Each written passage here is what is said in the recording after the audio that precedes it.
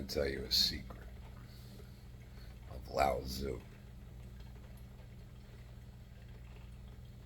When you lose somebody, especially like a child, even when you're given the blessing of knowing you lost them, something took all the pain away. And you keep looking for your ghost dog, and you find a dog, and it is in fact a ghost, and you know it's not your child. When these types of really complex things are a part of your life, the possibility of having a consciousness that's older than 3,000 years, but it's 27. It's 27 in emotional stability, because you've never had a kid, but you've had a million people look to you for food. You've never had a child, a million people look to you for food. You've had a position given to you by the sheer grace of having been reincarnated and recognized by a king multiple times.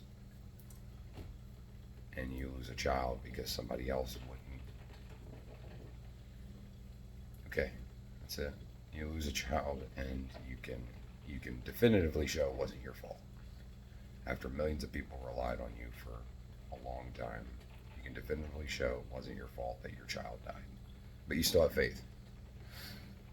And you still know they're coming back, even though it was someone else's fault that they died poorly. And that you know that the blessings are going to come. Hopefully all the pain will get removed. You have all these things in your pocket. The emotional stability of a 27-year-old ruthless assassin who killed a lot of people, and religions are based on the fact that he killed horrible people and they wanted to be okay. Well, you find a mountain, and you get 3 coins, and you flip them as many times as you can with probability, and you write a poem to each one.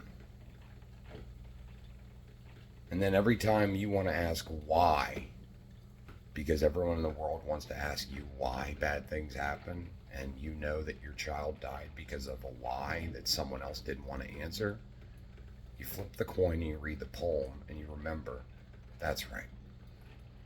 I need to think about anything other than the fact that someone killed my son. That's right. I need to think about anything other than the fact that someone killed my son. And just think about that anytime you want to question anything I did for the last 6 months. And then remember, that guy lived on top of that mountain for 50 years and never took a single student. But they cherished every single word he wrote down, because he only wrote them down when he wasn't crying or practicing to murder the people that killed his kid. One of the greatest martial arts masters in all of history would not perform in front of people because he didn't want the enemy to know any of his tricks. Boop. That's who you found.